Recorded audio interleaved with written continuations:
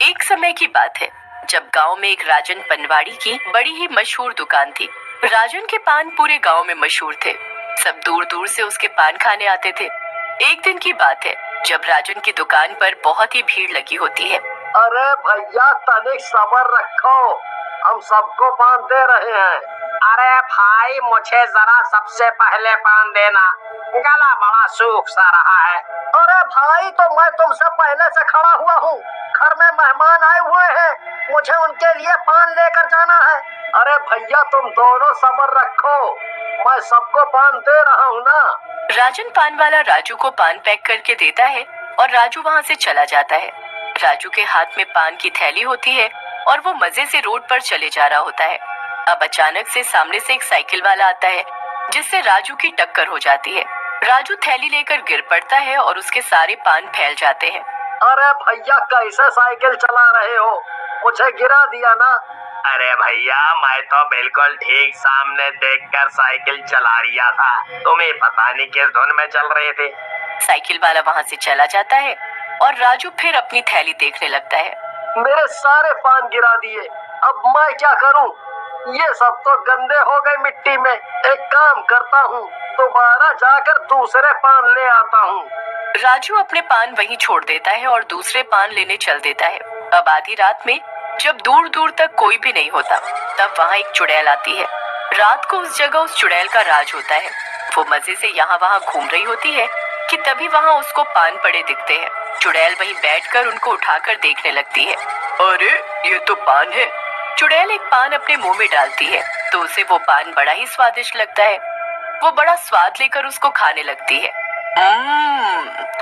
अरे वाह, ये तो बड़ा ही स्वाद है, मजा आ गया खाकर। अब एक एक करके चुड़ैल सारे पान खा जाती है और यहाँ वहाँ किसी के घर की दीवार पर थूक देती है। जब उस घर की मालकिन सुबह उठती है तो गुस्से में लाल हो जाती है। अरे ये मेरा घर किसने गंदा कर डाला? मैं इतनी सफाई रखती हूँ, ये जरूर साथ वाले राजू ने किया है, वही दिन भर पान खाता है। अरे ओ राजू बाहर निकल। आवाज सुनकर राजू नींद में बाहर आता है। अरे भाभी जी क्या बात हो गई, क्यों चिल्ला रही हो? अरे चिल्लाऊं ना तो क्या करूं?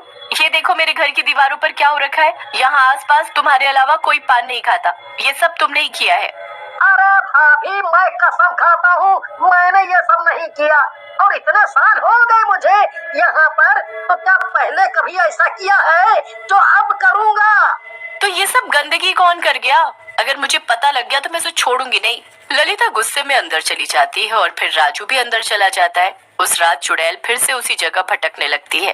कल मैंने वो स्वादिष्ट पान क्या खा लिए, अब तो मेरा फिर से वही खाने का मन कर रहा है, पर वो पान मुझे मिलेगा कहाँ? चुड़ैल पान की तलाश में इधर उधर भटकने लगती है पर उसे तो कहीं भी पान नहीं मिलता।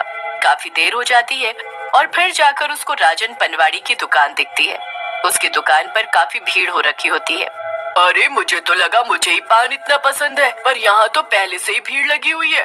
खैर अब मुझे ये सोचना है कि मैं वहाँ जाकर पान कैसे लूँ, कुछ तो करना पड़ेगा। बस फिर चुड़ैल उन लोगों को पकड़ने का सोचती है जो लोग रास्ते में पान लेकर जा रहे होते हैं। वो एक आदमी का पीछा करती है। मुझे ऐसा क्यों लग रहा है कि मेरे पीछे कोई चल रहा है? वो आदमी पीछे मुड़कर देखता है तो उसके सामने एक चुड़ैल होती है। वो आदमी उस चुड़ैल से दूर भागने लगता है और चुड़ैल उसके पीछे पड़ जाती है। वो आदमी भागते भागते एक पेड़ के पीछे जाकर छुप जाता है। वो बड़ी जोर जोर से हाँफने लगता है और फिर धीरे से बाहर आकर देखता है तो वो चुड़ैल उसके सामने ही खड़ी होती है। क्यों मेरे पीछे पड़ी हो? जाने दो मुझे, मैंने तुम्हारे क्या बिगाड़ा है? मुझे ये पान चाहिए, मुझे ये पान दे दो फिर मैं तुमको जाने दूंगी। ओह ऐसा है तो ये लो सारे पान रख लो और मुझे जाने दो। चुड़ैल उस आदमी से सारे पान ले लेती है और उनको देखकर एकदम खुशी से पागल हो जाती है। पान पान पान पान मिल गए मुझे। ये कैसी चुड़ैल है? पान खाने वाली चुड़ैल भी कोई होती है क्या? मैंने तो सुना था कि चुड़ैल खून पीती है और मांस खाती है। चुड़ैल एक एक करके सारे पान खाने लगती है और उसके मुंह से पान खून की तरह टपक रहा होता है। वो आदमी मौके का फायदा उठाता है और वहाँ से भाग जाता है। चुड़ैल एक के बाद एक पान पर पान खाए जा रही होती है। जब उसके सारे पान खत्म हो जाते हैं तो वो किसी दूसरे आदमी को पकड़ लेती है। उससे भी वो सारे पान छीन कर। अब उस चुड़ैल का ये सब रोज का हो जाता है और जिनके साथ भी ये हादसा हुआ होता है वो राजन पनवाड़ी के पास आना ही छोड़ देते हैं।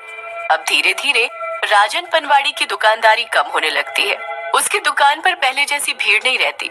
एक दिन राजन पनवाड़ी बड़ा परेशान होने लगता है और पान बनाते वक्त उसका ध्यान इसी में लगा होता है कि तभी हरिया उससे पूछता है, अरे भाई क्या बात है, आज तुम बड़े उदास से दिख रहे हो, पान भी मन से नहीं बना रहे।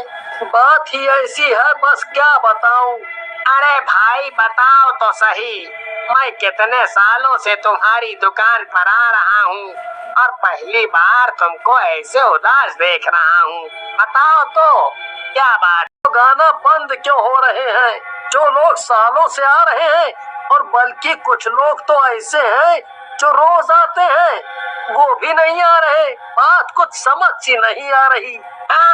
ये तो तुमने सही कहा। पहले तुम्हारी दुकान में खूब भीड़ लगी रहती थी और अब तो बस ऐसे ही है। क्या मेरे पान में तो कोई कमी नहीं है?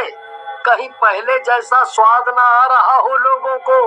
अरे भाई पान तो बिल्कुल वैसा है जैसा सालों पहले था, टनाटन। भाई बात कुछ और ही है। अचानक से बंधे हुए ग्राहकों का आना बंद हो जाना अजीब तो है। हाँ, पर मैं कुछ कर भी तो नहीं सकता। उस रात राजन परेशान होकर अपने घर लौट रहा होता है, पर रास्ते में वो कुछ सब्जियां खरीदने के लिए बाजार होता हुआ जाता है। अब बाजार में उसे अपना कोई पुराना ग्राहक दिख जाता है। राजन जल्दी से उसके पास जाता है और उससे पूछता है, अरे भैया तुम यहाँ? अरे भैया तुम? हाँ, सोचा सब्जी लेते लेते निकल जाऊं और तुम दिख गए। वैसे तुम बड़े दिनों से दुकान पर नहीं आ रहे, पहले तो रोज आते थे। मेरे बनाए पान के बिना तुम्हारा खाना भी हजम नहीं होता था। अरे भैया तुम तो नाम ही मत लो पान का, मुझे तो नाम से ही डर लगता है। अब मैंने तो अब पान खाना ही छोड़ दिया जब से उस चुड़ैल को देखा है। अरे भाई ये तुम क्या बोल रहे हो? जरा ठीक से बताओ क्या बात है, कौन सी चुड़ैल? अरे भाई 2 हफ्ते पहले जब मैं आखिरी बार तुम्हारी दुकान पर आया था तो मैंने 2 पान घर के लिए भी पैक करवाए थे। मैं मजे से घर की तरफ आ ही रहा था कि वो जो बीच में सुनसान रास्ता पड़ता है, वहाँ मेरे सामने एक भयानक चुड़ैल आ खड़ी हुई। चुड़ैल? क्या बात कर रहे हो? हाँ भैया चुड़ैल, और वो भी पान खाने वाली चुड़ैल। उसने मुझे डराया, धमकाया और फिर मुझसे पान छीन कर खाने लगी और ऐसे पान खा रही थी जैसे कि बस जन्मों की भूखी मांस खा रही हो। मुझे तो यकीन ही नहीं हो रहा कि तुम्हारे साथ ये सब हुआ है। राजन उस रात घर तो आ जाता है पर उसका दिमाग उस आदमी की बातों में ही घूम रहा होता है। उसे समझ ही नहीं आ रहा होता कि वो सच बोल रहा है या झूठ। इसलिए वो अगली रात खुद पान लेकर उस रास्ते से गुजरता है। रास्ता एकदम सुनसान और दूर दूर तक कोई नहीं होता। राजन पान हाथ में लिए चल ही रहा होता है कि एकदम कोई उसका पान छीन लेता है। राजन देखता है तो वो कोई और नहीं बल्कि सच में पान खाने वाली चुड़ैल ही होती है। बस एक ही पान लेकर आया तू? इससे मेरा क्या होगा बता? वो मुझसे गलती हो गई। तो अब याद रखना, कल मेरे लिए ढेर सारे पान लेकर आना वरना अच्छा नहीं होगा। राजन वहाँ से जैसे तैसे बचकर घर आता है और अब उसको पान खाने वाली चुड़ैल वाली बात याद आ जाती है। अगले दिन राजन एक बाबा के पास जाता है और उनको उस पान खाने वाली चुड़ैल के बारे में सब बताता है। बाबा भी उसकी बात सुनकर हैरान हो जाते हैं कि किसी चुड़ैल को पान खाने का भी शौक है, पर वो राजन को एक सुपारी पढ़ कर देते हैं।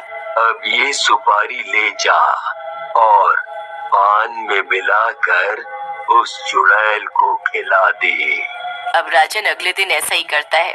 उस सुपारी को एक पान में मिला देता है और बाकी पान के साथ चुड़ैल के लिए ले जाता है। चुड़ैल पान देखकर एकदम खुश हो जाती है। अरे वाह, तू तो मेरे लिए पान लेकर आ गया, जल्दी दे अब।